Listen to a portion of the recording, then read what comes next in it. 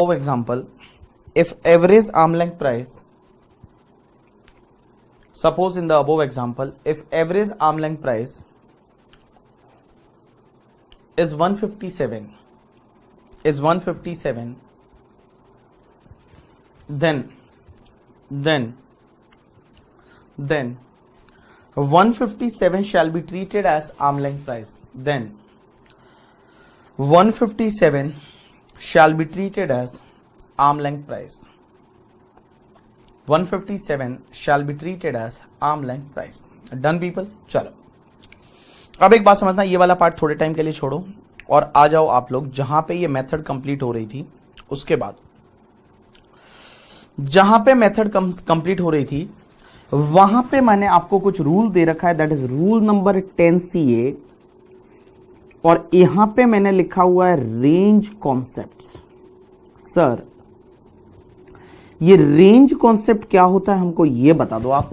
चलो सो मैं आपको सबसे इंपॉर्टेंट कॉन्सेप्ट एक सिखाने वाला हूं, that is called range concept. यहां पे आपको लंबा चौड़ा थियरी दे रखा है और ये थियरी का क्या मीनिंग है, कैसे है, वो सब मैं आपको सिखा दूंगा, डोंट वरी अबाउट दैट करके, ठीक है। वो थियरी मैं आपको सिखा दूंगा।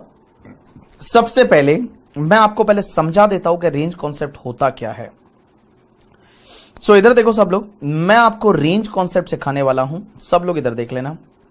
जहां ये कंप्लीट होता है उसके बाद आपके लिए 3 पेज है, अप्रोक्स 2 पेज है, वो आपको ब्लैंक दे रखे और यहां पे मैं आपको सिखाऊंगा रेंज कॉन्सेप्ट। पहले मैं आपको इजी लैंग्वेज में सिखा दूंगा, उसके बाद मैं बता दूंगा वहां क्या लिखा हुआ है, एग्जांपल्स क्या है, वो सब मैं आपको सिखा दूंगा। एक बात बताओ, अभी तक हमने क्या सीखा वो मैं बता दूं। अभी तक हमने ये सीखा कि अगर आपके पास एक से ज्यादा आर्म लेंथ प्राइस आती है तो आपको उसका क्या लेने का, एवरेज लेने का। अगर आपके पास एक से ज्यादा आर्म लेंथ प्राइस आती है तो आपको उसको एवरेज लेने का, और एवरेज करने के बाद जो भी आर्म लेंथ प्राइस आई और एक्चुअल ट्रांजैक्शन प्राइस के बीच में डिफरेंस अगर up to 3% of the actual transaction price है, up to 3% of actual transaction price है, तो उस केस में क्या करने का कि एक्चुअल ट्रांजैक्शन प्राइस ही आर्म लेंथ प्राइस बन जाएगी। और बेटा अगर 3% से ज्यादा है तो एवरेज आर्म लेंथ प्राइस है वो तुम्हारी आर्म लेंथ प्राइस बन जाएगी। अपने एग्जांपल में जो अपन ने अभी तक देखा था वो +-3 वाला वो सब, ठीक है। अब एक बात बताओ, अगर बेटा यहां पे समझना, all people please pay attention, इधर देखना सब लोग, मैं आपको जो सिखाने जा रहा हूं ध्यान देना। हाँ, हुआ क्या कि आपके पास सपोज आपका जो एक्चुअल ट्रांजैक्शन प्राइस है वो एक्चुअल ट्रांजैक्शन प्राइस सपोज 150 है। एक्चुअल ट्रांजैक्शन प्राइस कितना है, 150। लेकिन आपके पास जो आर्म लेंथ प्राइस आई वो आर्म लेंथ प्राइस आपके पास बहुत सारी आ गई। देखो आर्म लेंथ प्राइस 1 2 3 4 5 6 और 7 आर्म लेंथ प्राइस। अब एक बात समझा, 1 पे आपका 136 है या 162 है, 172 है, 165 है, उसके बाद में तुम्हारा 153 है, 155 है और तुम्हारा 147 है। एक बात समझना, यहां 7 आर्म लेंथ प्राइस आ गई आपके।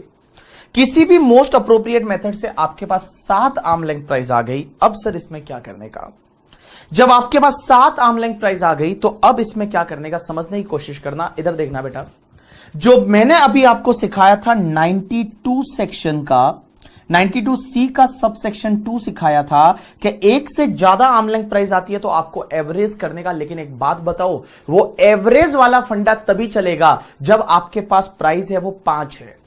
अगर आपके पास आर्म लेंथ प्राइस आई है, वो आर्म लेंथ प्राइस अगर 5 है तो वो एवरेज वाला फंडा चलेगा जो अपन ने अभी सीखा था कि एवरेज करके +-3% वाला फंडा है वो तब चलेगा जब आपके पास जो आर्म लेंथ प्राइस आती है वो आर्म लेंथ प्राइस 5 है। लेकिन बेटा अगर तुम्हारे पास आर्म लेंथ प्राइस 6 या 6 से ज्यादा आ जाती है, अगर आपके पास आर्म लेंथ प्राइस 6 या 6 से ज्यादा आती है तो वहां पे आपको रेंज कॉन्सेप्ट लगेगा। तो मैं बताऊं रेंज कॉन्सेप्ट कहां लगेगा, जब तुम्हारे पास आर्म लेंथ प्राइस आई, वो आर्म लेंथ प्राइस बेटा 6 या 6 से ज्यादा है तो आपके लिए रेंज कॉन्सेप्ट लगेगा, अदरवाइज रेंज कॉन्सेप्ट नहीं लगेगा। जैसे अपने एग्जांपल में आपको बता दूं, अभी जो अपन ने एग्जांपल लिया था वहां आपकी आर्म लेंथ प्राइस कितनी आई थी, 4 आई थी। तो 4 आई थी तो मैंने एवरेज किया और मैंने बोला +-3% डिफरेंस और वो सब चीजें बताया।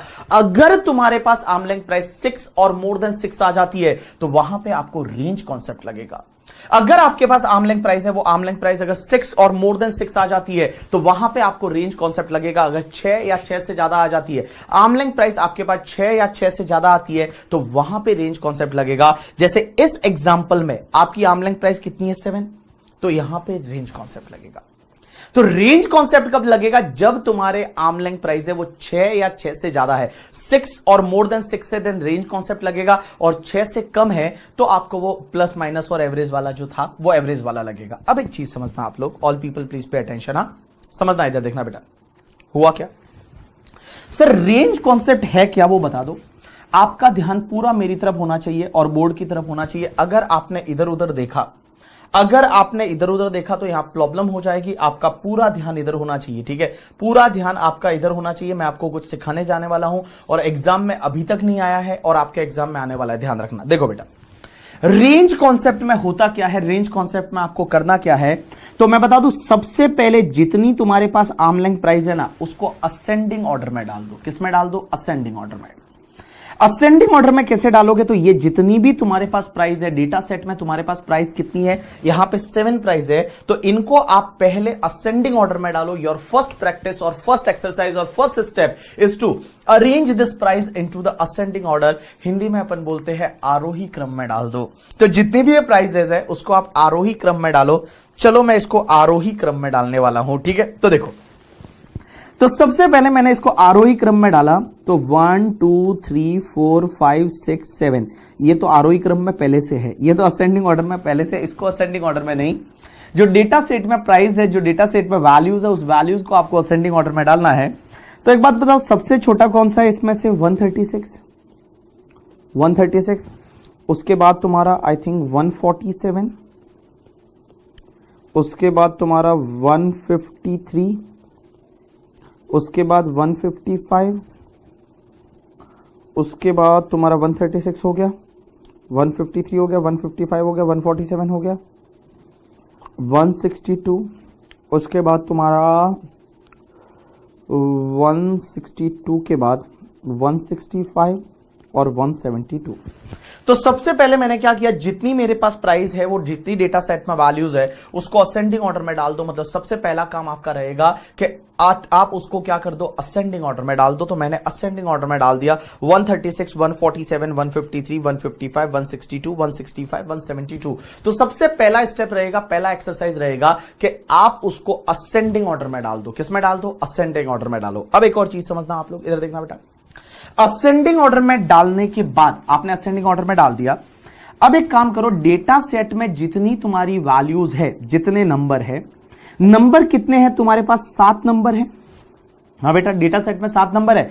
सबसे पहले आप उसका 35 परसेंटाइल करो। आप सबसे पहले उसका 35 परसेंटाइल करो। और एक बात बताओ, 7 का बेटा 35 परसेंटाइल कितना आता है? 2.45। एक बात बताओ, यहां 2.45 आया, और एक बात बताओ, ये 2.45 है, आप ही बताओ क्या ये होल नंबर है या नहीं है? 2.45 है, ये 2.45 क्या होल नंबर है या नहीं? होल नंबर का मतलब होता है फुल नंबर, जैसे 2 3 4 5, it is a whole number. क्या ये होल नंबर है या नहीं है? आंसर इज ना बाबा ना, ये होल नंबर नहीं है। तो अगर ये होल नंबर नहीं है तो आपको क्या करना पड़ेगा पता है? अगर ये होल नंबर नहीं है तो आपको इसके अगला नेक्स्ट हाईएस्ट नंबर लेना है। तो I can say that is the 3। आपको कितना लेना है? 3।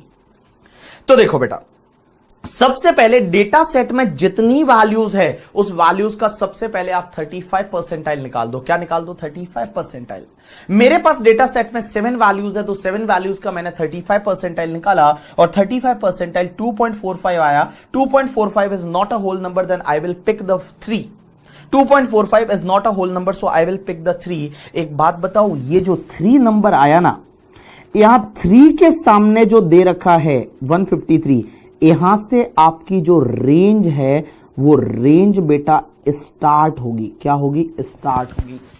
यहां से रेंज है वो आपकी स्टार्ट होने वाली है। Means your range will be start at 35%। आपकी 35% से रेंज स्टार्ट होगी, तो यहां से आपकी रेंज है वो स्टार्ट होने वाली है। अब एक बात समझना, दूसरा एक काम करो, आप 7 का कितना परसेंट करो? डेटा सेट में 7 है, उसका 65 परसेंटाइल कर दो। सबसे पहले आपने किया 35 परसेंटाइल, उसके बाद आप एक काम करो, डेटा सेट में जितनी भी वैल्यूज है उसका 65 परसेंटाइल कर दो। कितना कर दो? 65 परसेंटाइल। तो 7 का 65 परसेंटाइल कितना आता है? 7 का 65 परसेंटाइल इज बेसिकली 4.55, और 4.55 that I can say that this is the 5। तो 5 पे आपका 65% है वो 4.55 आया और 4.55 होल नंबर नहीं है तो आप 5 लोगे। एक बात बताऊं, जो 5 है उसको टिक मारो, यहां पे आपका रेंज है वो 5 पे खत्म हो रहा है। यहां पे मैं बोलूंगा तुम्हारा रेंज है वो रेंज कंप्लीट हो गया और मैं बताऊं आपको एक रेंज मिल गया and that range is basically, आपको एक रेंज मिल गया 153 से लेके और 162 का। जो 153 के सामने जो नंबर दे रखा है वहां से लेके, मतलब आपका 3 के सामने जो नंबर दे रखा है 153 से 162 का आपको एक रेंज मिल गया। एक बात बताओ, तुम्हारा अगर एक्चुअल ट्रांजैक्शन इस रेंज में फंस जाता है, तुम्हारा जो एक्चुअल ट्रांजैक्शन है means whatever your actual transaction, if that actual transaction is falls within this range, तुम्हारा एक्चुअल ट्रांजैक्शन अगर इस रेंज में फंस जाता है, इस रेंज में आ जाता है, तो मैं बता दूं एक्चुअल ट्रांजैक्शन प्राइस ही तुम्हारा आर्म लेंथ प्राइस है। तुम्हारा एक्चुअल ट्रांजैक्शन प्राइस है वो एक्चुअल ट्रांजैक्शन प्राइस ही तुम्हारा आर्म लेंथ प्राइस है। जैसे एक बात बताऊं, अपना देखो एक्चुअल ट्रांजैक्शन प्राइस कितना है 150, अपना एक्चुअल ट्रांजैक्शन प्राइस 150 और अपने को रेंज कहां से कहां तक मिला है, अपने को रेंज मिला है 153 से लेके 162। क्या अपना एक्चुअल ट्रांजैक्शन प्राइस इस रेंज में फंस रहा है क्या इस रेंज में फॉल हो रहा है क्या? आंसर इज ना बाबा ना, अपना एक्चुअल ट्रांजैक्शन प्राइस इस रेंज में नहीं आ रहा। अगर अपना एक्चुअल ट्रांजैक्शन प्राइस इस रेंज में आ गया होता तो एक्चुअल ट्रांजैक्शन प्राइस ही आर्म लेंथ प्राइस है। अगर तुम्हारा एक्चुअल ट्रांजैक्शन प्राइस इस रेंज में आ गया होता तो एक्चुअल ट्रांजैक्शन प्राइस है वो एक्चुअल ट्रांजैक्शन प्राइस ही तुम्हारा आर्म लेंथ प्राइस है। लेकिन इस एग्जांपल में तुम्हारा एक्चुअल ट्रांजैक्शन प्राइस है वो इस रेंज में नहीं आ रहा है, क्योंकि एक्चुअल ट्रांजैक्शन प्राइस 150 है और रेंज तुम्हारा 153 से लेके 162 है। तो आप एक काम करो यार, तो आप एक काम करो, यहां पे आपको मीडियन निकालना पड़ेगा। क्या निकालना पड़ेगा? मीडियन। तो मैं बता दूं 7 का मीडियन मतलब 50% और 50 परसेंटाइल कितना हुआ 3.5 और 3.5 होल नंबर नहीं है, आप कौन सा नंबर लोगे 4। और मैं बताऊं अब आपका 4 जो आपने लिया तो 4 के सामने जो संख्या दे रखी है और 4 के सामने जो नंबर दे रखा है वो तुम्हारा आर्म लेंथ प्राइस बन जाएगा 155। 155 is basically your arm length price. You got my point or not? You got my point or not? देखो बेटा, अभी तक हमने क्या पढ़ा उसको एक बार मैं रिवाइज करवा देता हूं, ठीक है। मैंने आपको वहां 92C के सबसेक्शन 2 में क्या बताया कि अगर मोस्ट अप्रोप्रिएट मेथड से एक से ज्यादा आर्म लेंथ प्राइस आ जाती है तो उसका एवरेज करने का, अगर एक से ज्यादा आर्म लेंथ प्राइस आ जाती है तो उसका एवरेज करने का, एक से ज्यादा आर्म लेंथ प्राइस आ जाती है तो उसका एवरेज करने का, और प्लस माइनस 3% का जो टॉलरेंस बैंड था 1% इन case of the wholesale trading वो अपन पढ़ चुके हैं। अब एक बात समझना, यहां पे एक कंसेप्ट पढ़ाता हूं, रेंज कॉन्सेप्ट। रेंज कॉन्सेप्ट क्या बोलता है पता है? रेंज कॉन्सेप्ट आपको ये बोलता है कि बेटा रेंज कॉन्सेप्ट पहले तो लगेगा कब पता है? तुम्हारे डेटा सेट में अगर 6 या 6 से ज्यादा वैल्यूज है, मतलब तुम्हारे पास में जो आर्म लेंथ प्राइस आई वो आर्म लेंथ प्राइस अगर 6 या 6 से ज्यादा है तो वहां पे आपको रेंज कॉन्सेप्ट लगेगा। 6 या 6 से ज्यादा अगर आपके पास डेटा सेट में वैल्यूज है तो वहां पे रेंज कॉन्सेप्ट लगेगा। आप एक काम करो, सबसे पहले जो डेटा सेट में वैल्यूज है पहले आप उसको असेंडिंग ऑर्डर में डाल दो। कौन से ऑर्डर में डाल दो? असेंडिंग ऑर्डर में डाल दो, आरोही क्रम में उसको डाल दो। और असेंडिंग ऑर्डर में डालने के बाद एक काम करो, असेंडिंग ऑर्डर में आपने डाला, आरोही क्रम में डाला, सबसे पहले आप 35 परसेंटाइल करो, उसके बाद आप 65 परसेंटाइल करो।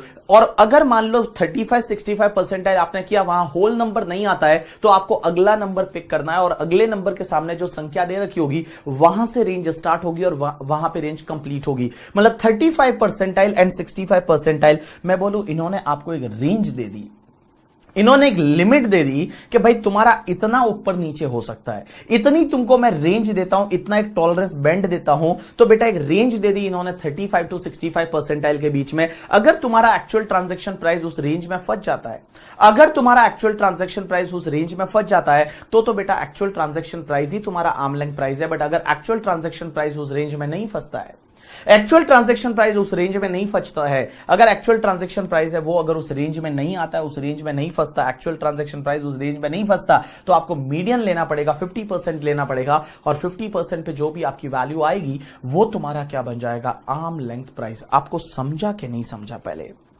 आपको समझा कि नहीं समझा? जो मैंने आपको समझाया वो आपको समझा कि नहीं समझा? आंसर इज यस सर, हमको समझ गए करके, ठीक है। और हमको सर समझ गया, टेंशन ना लो, हम लोगों को समझ गया करके, ठीक है। देखो बेटा, और हेडिंग लिखते हैं, लिखो बेटा, जो आपको 2-3 पेज खाली दे रखे उसमें मैं आपको लिखवाने जा रहा हूं। आप अभी कुछ मत लिखना, पहले जैसा मैं लिखवाऊं वैसा आप लिखते जाना, ठीक है। यहां पे ये जो मैंने क्वेश्चन चालू किया उससे पहले आपको थियरी लिखना है, ठीक है। हेडिंग दो रेंज कॉन्सेप्ट, रेंज कॉन्सेप्ट, और नेक्स्ट लाइन में लिखो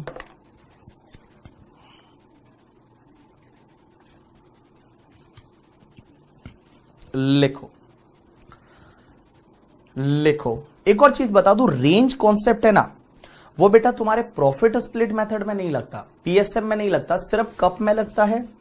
उसके बाद में कप के साथ में तुम्हारा क्या बोलते हैं टीएनएमएम में लगता है, और आरपीएम में लगता है, और सीपीएम में लगता है। मतलब जो भी तुम्हारा कप मेथड है, रीसेल प्राइस मेथड है, टीएनएमएम है, और कॉस्ट प्लस मेथड है, वहां पे लगता है। कभी भी ये प्रॉफिट स्प्लिट मेथड में नहीं लगता। प्रॉफिट स्प्लिट मेथड में range concept is not applicable. Range concept is applicable only in case of the cup method, resale price method, cost plus method and transactional net margin method. लिखो जैसा मैं बोलता हूं वैसे लिखो। हेडिंग दो, लिखो range concept is applicable in case of, range concept is applicable in case of, range concept is applicable in case of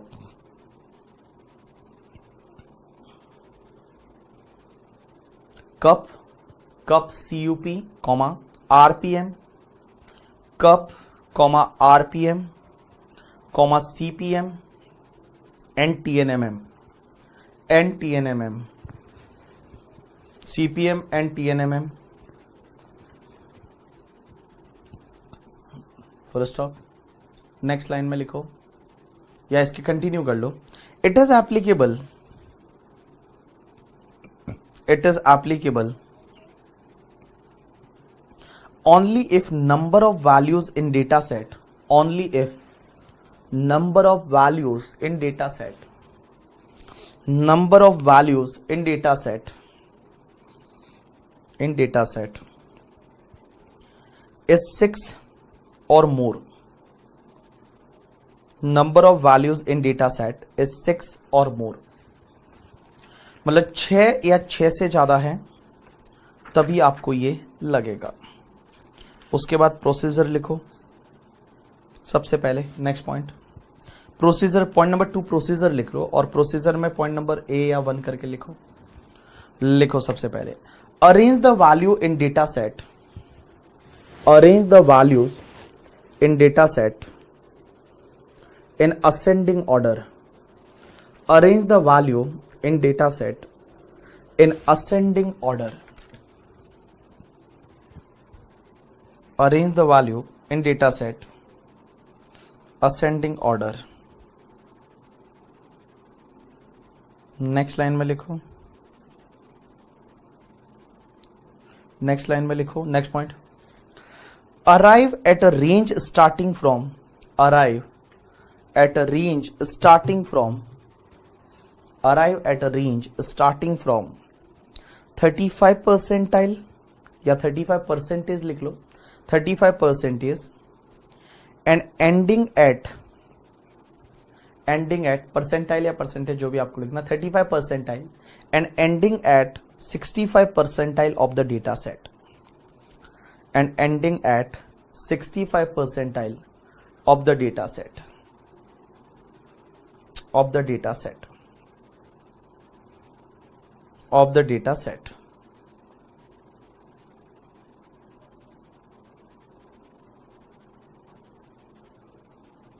next line में लिखो in case of actual transaction, in case of actual transaction price, in case of actual transaction price falls within the range, falls within the range, falls within the range, bracket में लिखो 35-65, 35-65 within the range, within the range, then actual transaction price shall be treated as, then actual transaction price shall be treated as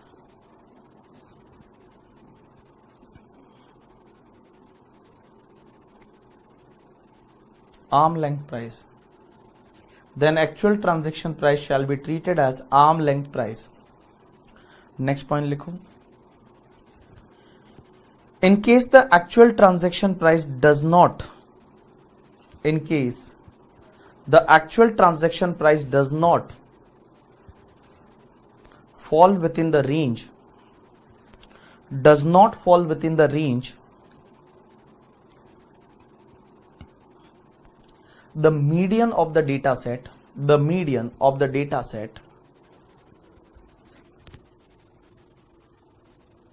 the median of the data set, the median of the data set, that is 50%, that is 50%, shall be deemed to be the arm length price, shall be deemed to be the arm length price, shall be deemed to be the arm length price, shall be deemed to be the arm length price, shall be deemed to be the arm length price. चलो उसके बाद आप एक example लिखो, ये वाला example, और आप कैसे लिखोगे, पहले लिखोगे एक्चुअल ट्रांजैक्शन प्राइस 150। आप एक काम करो, पहले है ना सिर्फ ये कॉपी करो, पहले ये कॉपी करो, बट आप वैसे करना कॉपी, वैसे कैसे, मतलब नहीं तो आपका ऐसे लाइन यहीं पे भर जाएगी। आप वैसे कॉपी करोगे, कैसे, यहां सीरियल नंबर और यहां पे आर्म लेंथ प्राइस। तो पहले जैसे सीरियल नंबर में आप ऐसे लिखोगे, कैसे पता है, 130, पहला सॉरी ऐसे लिखोगे, पहला आपका 1, आपको मैं सीधा एक काम करता हूँ, एक एग्जांपल ही देता हूँ, वो एग्जांपल से ही आपको समझा देता हूँ, ठीक है। एक काम करते हैं,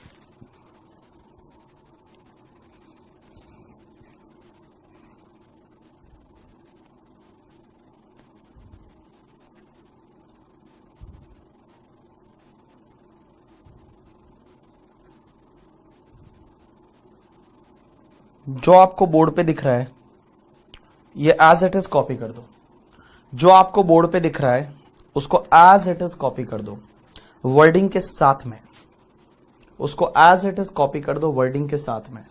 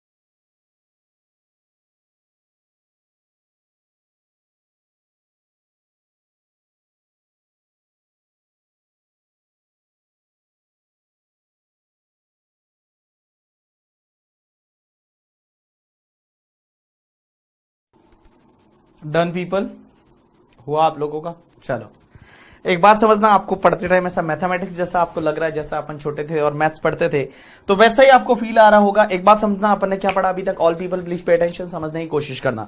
we started with the range concept. Range concept कब लगता है? जब आपके डेटा सेट में 6 या 6 से ज्यादा वैल्यू है। जब आपके डेटा सेट में 6 या 6 से ज्यादा आर्म लेंथ प्राइस है तो वहां पे आपको रेंज कॉन्सेप्ट लगेगा। रेंज कॉन्सेप्ट में आपको करने का क्या, सबसे पहले जो भी डेटा सेट में वैल्यूज है उसको असेंडिंग ऑर्डर में डालो। सबसे पहले असेंडिंग ऑर्डर में डालो, उसके बाद उसका 35 परसेंटाइल ले लो, उसके बाद उसका 65 परसेंटाइल लो। 35 परसेंटाइल लो, उसके बाद उसका 65 परसेंटाइल लो। एक बात बताओ, 35 परसेंटाइल, 65 परसेंटाइल, 50 परसेंटाइल जब आप करते हो और वो नंबर अगर होल नंबर नहीं है तो आपको आगे वाला नंबर लेना है। तो जैसे अपने वाले जो एग्जाम्पल थे, इस एग्जाम्पल में भी देखो बेटा, यहां पे 2.45 है और तुम्हारा 4.55, ये दोनों होल नंबर नहीं थे तो अपन ने क्या लिया था? 3 से 5 लिया था, 3 एंड 5 लिया था। तो 3 और 5 ये एक रेंज बन गई थी 152 से लेके 158 का, ये एक रेंज बन गई थी। अगर आपका ट्रांजैक्शन इस रेंज में फंस जाता है, अगर आपका एक्चुअल ट्रांजैक्शन इस रेंज में फंस जाता है तो एक्चुअल ट्रांजैक्शन प्राइस ही तुम्हारी आर्म लेंथ प्राइस हो जाएगी। लेकिन अगर ट्रांजैक्शन इसमें नहीं फंसता है, जैसे अपना ट्रांजैक्शन शायद इसमें नहीं फंसा था, तो उस केस में क्या होगा? तुमको मीडियन लेना पड़ेगा 50 परसेंटाइल, और 50 परसेंटाइल में 3.5 आया था और 3.5 भी होल नंबर नहीं है तो आपने 4 लिया था। और मैं बताऊं बेटा, 4 पे जो दे रखा था और 4 पे आपको क्या दे रखा था? 154। ये तुम्हारा क्या बन जाएगा? 154 है, ये 154 तुम्हारा, ये जो 154 है, ये 154 तुम्हारा आर्म लेंथ प्राइस बन जाएगा। You got my point or not? Yes. एक बात बताओ मुझे, इधर देखो सब लोग, सर आपने हमको यह सिखाया कि सर अगर होल नंबर नहीं आया, मेरे वर्ड्स पे ध्यान देना, सबसे अच्छी चीज बोल रहा हूं, ठीक है? होल नंबर नहीं आया, जैसे 2.45 आया तो आपने 3 लेने को बोला। सर 4.55 आया तो आपने 5 लेने को बोला। सर 3.5 आया तो आपने 4 लेने को बोला। लेकिन सर अगर होल नंबर आ गया तो, सर होल नंबर आ गया तो एक बात बताओ, जैसे मान लो हुआ ऐसा, all people please pay attention, board पे ध्यान देना, जैसे हुआ ऐसा कि आपका मान लो यहां 7 नंबर थे, सपोज 8, 9, 10, 11, 12, ऐसा करते करते 20 नंबर आए, ठीक है? और यहाँ पे 182 है, यहाँ पे 196 है, 198 है, 199 है, 201 है, यहाँ 200 मान लो 38 है। ऐसे आपके डेटा सेट में बहुत सारी वैल्यूज है, डेटा सेट में आपके पास बहुत सारी वैल्यूज है और 20 हो गई। एक बात बताओ, जब आपके पास 20 वैल्यूज हो गई तो आप ही बताओ, जब 20 वैल्यूज है तो आप सबसे पहले कितना परसेंटाइल करोगे? तो मैं बोलूं 20 का सबसे पहले आप 35 परसेंटाइल करोगे। जो 20 है वो 20 का आप सबसे पहले 35 परसेंटाइल करोगे। तो एक बात बताओ बेटा, अगर 20 का आप 35 परसेंटाइल करते हो तो कितना आ गया? 7 आ गया। सर एक बात बताओ, मेरे वर्ड्स पे ध्यान देना मेरे भाई लोगों, इधर देखो। सर अगर होल नंबर नहीं आया होता तो हम आगे वाला नंबर लेते, लेकिन सर यहां तो होल नंबर आ गया। तो मैं बताऊं, अगर आपको होल नंबर मिल जाता है तो क्या आपकी रेंज 7 के सामने जो 172 दे रखा है, क्या 172 से स्टार्ट होगी? ना बाबा ना, ऐसा नहीं होगा। यहां रूल ये बोलता है कि अगर तुम्हारा होल नंबर आ गया, जैसे यहां 7 इज अ होल नंबर, तो जो 7 के आगे जो वैल्यू दे रखी है एंड बेटा 8 के सामने जो वैल्यू दे रखी है, इसका आपको एवरेज करना पड़ेगा और यहां से आपकी रेंज चालू होगी। अगर तुम्हारे पास होल नंबर आ जाता है, देखो होल नंबर नहीं आता है तो आप नेक्स्ट वाला नंबर लोगे। जैसे 2.45 आया था, अपन ने 3 लिया था, 4.55 आया था, अपन ने 5 लिया था, 3.5 आया था, अपन ने 4 लिया था। सर अगर मान लो 7 आ गया तो 7 के सामने वाला नहीं लेना है, 172 एंड 182 डिवाइड बाय 2, आपका जो 177 है बेटा, 177 से आपकी रेंज है वो स्टार्ट होगी। जो 177 है वो 177 से रेंज स्टार्ट होगी और दूसरा जो नंबर आएगा वो तुम्हारा क्या आएगा? आई थिंक 13 आएगा, 65%। तो 20 का 65% कम्स टू 13, तो 13 और 14 के सामने जो वैल्यू दे रखी है उसका आप एवरेज करोगे। जो 13 एंड 14 के सामने जो वैल्यू दे रखी है उसका आप एवरेज करोगे। और एक बात बताओ, अगर वो रेंज में नहीं फंसता है तो आपको 10 लेना पड़ेगा, क्योंकि 10 है, वो 10 मीडियन आएगा। तो 10 और 11 के सामने जो वैल्यू दे रखी होगी उसका एवरेज करोगे, और जो एवरेज आएगा वो तुम्हारा आर्म लेंथ प्राइस हो जाएगा। ये मैथमेटिक्स है, आपने ऐसा कहीं ना कहीं पढ़ा होगा। अगर आप साइंस मैथ्स से हो तो अब मैथ्स में ये चीज आपने पढ़ी होगी करके कहीं ना कहीं, ठीक है। नहीं पढ़ी तो कोई बात नहीं, यहां पे आपको जैसा है वैसा आपको याद रखना है करके, ठीक है। तो देखो मैंने क्या बोला, रेंज कॉन्सेप्ट जब लगता है जब तुम्हारे पास डेटा सेट में 6 या 6 से ज्यादा वैल्यू है। अगर 6 से कम है, 5 है, तो उस केस में आपको रेंज कॉन्सेप्ट नहीं लगता है। अब एक बात समझना, 6 या 6 से ज्यादा वैल्यू है डेटा सेट में, आपके पास 6 या 6 से ज्यादा वैल्यू है, तो वहां पे आपको रेंज कॉन्सेप्ट लगेगा। रेंज कॉन्सेप्ट में आपको करना क्या है, सबसे पहले जितनी भी वैल्यूज है उसको आप असेंडिंग ऑर्डर में डाल दो। आप असेंडिंग ऑर्डर में डाल दो, सबसे पहले 35 परसेंटाइल, उसके बाद 65 परसेंटाइल, 35 परसेंटाइल, उसके बाद 65 परसेंटाइल, 35 परसेंटाइल, 65 परसेंटाइल। अगर एक बात बताओ, 35 परसेंटाइल, 65 परसेंटाइल उस रेंज में अगर आपकी वैल्यू फंस जाती है, आपका एक्चुअल ट्रांजैक्शन प्राइस उस रेंज में आ जाता है, तो एक्चुअल ट्रांजैक्शन प्राइस ही आर्म लेंथ प्राइस है। अदरवाइज आपको क्या लेना पड़ेगा, अदरवाइज आपको मीडियन लेना पड़ेगा। अब एक बात समझना, आपने जो मीडियन किया, अगर आपने जो मीडियन किया, अगर वो मीडियन वगैरह जो भी, अगर होल नंबर नहीं आता है तो नेक्स्ट नंबर लेना है। बट अगर होल नंबर आ गया तो, होल नंबर नहीं आता है तो हायर वाला जो नेक्स्ट नंबर है वो लेना है। बट अगर होल नंबर आ गया तो उस होल नंबर के आगे जो सामने जो वैल्यू दे रखी है वो वाली, या एंड उसके सामने उसके अगले वाले नंबर के सामने जो वैल्यू दे रखी है उसका आपको एवरेज करना पड़ेगा। और एवरेज करने से वहां से आपकी रेंज है वो स्टार्ट होगी। You got my point or not? Yes. आप एक काम करो, आपकी बुक में जहां रेंज कॉन्सेप्ट स्टार्ट हो रहा है, यहां पे आपको एक इलस्ट्रेशन नंबर 3 दे रखा है। यहां पे आपको ये इलस्ट्रेशन नंबर 3 दे रखा है, इसको आप रीड करके और इसका सॉल्यूशन देख लो। इलस्ट्रेशन नंबर 3 दे रखा है, इसको आप रीड करके और इसका सॉल्यूशन देख लो एक बार, जिसमें 20 वैल्यूज है। देखो एक बार बेटा।